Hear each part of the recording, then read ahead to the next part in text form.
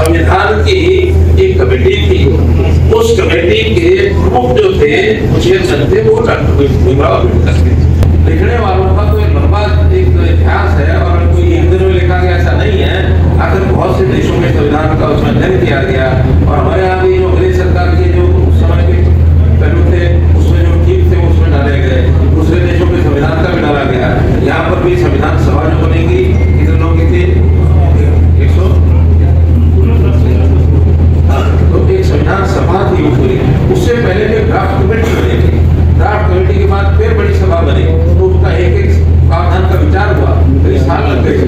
बाद में संविधान के प्रमुख के नाते उसका समर्पण जैसे करना होता है। अब देश तो सारी सरकार चलाते हैं, नाम तो मुखिया का होता है, देश के प्रधानमंत्री का होता है, सेना सारी लड़ती है, नाम तो चीफ का होता है।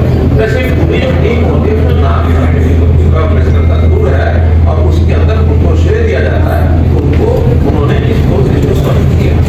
एक व्यक्ति ने संविधान नहीं लिखा, संविधान की एक कमेटी थी, उस कमेटी के प्रमुख जो थे वो चेयरमैन थे वो डॉक्टर भीमराव अम्बेडकर थे। लिखने वालों का तो लंबा एक तो इतिहास है और कोई एक दिन में लिखा गया ऐसा नहीं है। आखिर बहुत से देशों के संविधान का उसमें अध्ययन किया गया और हमारे यहाँ भी जो अंग्रेज सरकार के जो उस समय के पहलू थे उसमें जो ठीक थे वो उसमें डाले गए, दूसरे देशों के संविधान का भी डाला गया।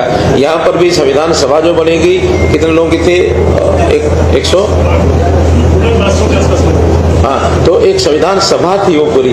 उससे पहले जो एक ड्राफ्ट कमेटी बनी थी, ड्राफ्ट कमेटी के बाद फिर बड़ी सभा बनी, तो उसका एक एक प्रावधान का विचार हुआ, कई साल लग गए इसमें। बाद में एक संविधान के प्रमुख के नाते उसका समर्पण जैसे करना होता है। अब देश तो सारी सरकार चलाती है, नाम तो मुखिया का होता है, देश के प्रधानमंत्री का होता है, सेना सारी लड़ती है, नाम तो चीफ का होता है। तो ऐसी पूरी जो टीम होती है उसमें नाम डॉक्टर भीमराव अम्बेडकर का जरूर है और उसके अंदर उनको श्रेय दिया जाता है कि उन्होंने इसको देश को समर्पित किया। केंद्रीय मंत्री मनोहर लाल ने संविधान की यात्रा को साझा क्या किया? कांग्रेस ने उसे सोशल मीडिया पर झूठ का बवंडर खड़ा कर दिया। केंद्रीय ऊर्जा, आवास, शहरी विकास मंत्री मनोहर लाल ने हरियाणा के फरीदाबाद में पत्रकारों से बातचीत में संविधान निर्माता बाबा साहेब भीमराव अंबेडकर को लेकर दिए गए बयान में ऐसा कुछ भी नहीं कहा जिसको लेकर कांग्रेस सोशल मीडिया पर झूठ का बवंडर खड़ा कर रही है। केंद्रीय मंत्री मनोहर लाल ने संविधान तैयार करने की यात्रा को साझा करते हुए यह बताया था कि उस समय कैसे संविधान समिति के सदस्यों ने बाबा साहेब के मार्गदर्शन में विश्व के अनेक देशों के संविधान का गहनता से अध्ययन करते हुए इसका ड्राफ्ट तैयार किया था। केंद्रीय मंत्री के कहने का मकसद केवल उस समय संविधान लिखने की प्रक्रिया से सभी को अवगत कराया था, जिसका कई दशकों से देश के सभी पाठ्यक्रमों में भी इसका उल्लेख होता रहा है। कमाल की बात देखिए, इस बयान में भी कांग्रेस अपनी ओछी हरकतों से बाज नहीं आई। उनकी आईटी टीम ने सोशल मीडिया पर यह दुष्प्रचार करना शुरू कर दिया कि केंद्रीय मंत्री मनोहर लाल यह दावा कर रहे हैं कि संविधान अंबेडकर ने अकेले नहीं लिखा था, इसे लिखने का इतिहास लंबा है। अंबेडकर को जबरदस्ती संविधान लिखने का श्रेय दिया गया, जबकि केंद्रीय मंत्री मनोहर लाल अपने बयान में कहीं भी जबरदस्ती शब्द का इस्तेमाल नहीं कर रहे हैं। यहां बता दे कि हरियाणा में दलित वोट बैंक कांग्रेस से पूरी तरह से अलग थलग हो चुका है। केंद्रीय मंत्री मनोहर लाल प्रत्येक मंच पर लगातार कांग्रेस को सीधी चुनौती देते आ रहे हैं कि वे संविधान के पवित्र ग्रंथ पर हाथ रखकर जनता के सामने यह साबित करके बताए कि देश की आजादी से पहले से लेकर आजादी के बाद जब तक बाबा साहेब जीवित रहे उन्होंने उनका किसी भी स्तर पर सम्मान किया हो वह बताए।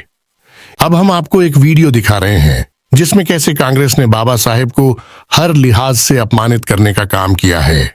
26 नवंबर 1949 का दिन, जिसे आजाद भारत के बेहतर भविष्य का स्वरूप तय करने वाली ऐसी आवाज के रूप में याद किया जाता है, जिसका संपूर्ण जीवन समाज में समानता के लिए कई तरह के संघर्षों से लड़ता रहा, एक समय बाद ऐसे पवित्र ग्रंथ में बदल गया जिसे देश का प्रत्येक नागरिक गर्व के साथ संविधान के रूप में याद करता है। 26 जनवरी 1950 को यह संविधान पूरी तरह से भारत का सम्मान और स्वाभिमान बन गया। इस आवाज का नाम है बाबा साहेब भीमराव अंबेडकर। इतिहास गवाह है जिसके वजूद पर अंग्रेजों से ज्यादा अगर किसी ने हमला किया है वह कांग्रेस पार्टी है। बाबा साहेब ने 1952 में बॉम्बे नॉर्थ सेंट्रल से शेड्यूल्ड कास्ट फेडरेशन पार्टी से पहला लोकसभा चुनाव लड़ा तो कांग्रेस ने उनके खिलाफ बाबा साहेब के पर्सनल असिस्टेंट नारायण काजरोलकर को मैदान में खड़ा कर दिया। खुद पंडित जवाहरलाल नेहरू उनके खिलाफ प्रचार में जुट गए थे। साम दाम दंड भेद से बाबा साहेब को हरा दिया। बाबा साहेब ने 1954 में भंडारा सीट से लोकसभा का उपचुनाव लड़ा, लेकिन दोबारा पंडित जी ने कांग्रेसी उम्मीदवार उनके खिलाफ उतार बाबा साहेब को लोकसभा में जाने से रोक दिया। देश की आजादी के बाद भी बाबा साहेब के खिलाफ कांग्रेस की इसी मानसिकता का हमला जारी रहा। उसने देश में आपातकाल थोपकर संविधान को बंधक तक बनाया। यह सर्वविदित है, कांग्रेस जब तक सत्ता में रही जानबूझकर बाबा साहेब को भारत रत्न से भी सम्मानित नहीं किया। जब केंद्र में भाजपा समर्थित वीपी सिंह की राष्ट्रीय मोर्चा सरकार बनी तो सबसे पहले बाबा साहेब अंबेडकर को मरणोपरांत 31 मार्च 1990 में भारत रत्न से सम्मानित करके देश और समाज के प्रति उनके अमूल्य योगदान को नमन किया गया। देश में लंबे समय तक कांग्रेस का शासन रहा। इसी वजह से संविधान दिवस मनाने में 65 साल लग गए।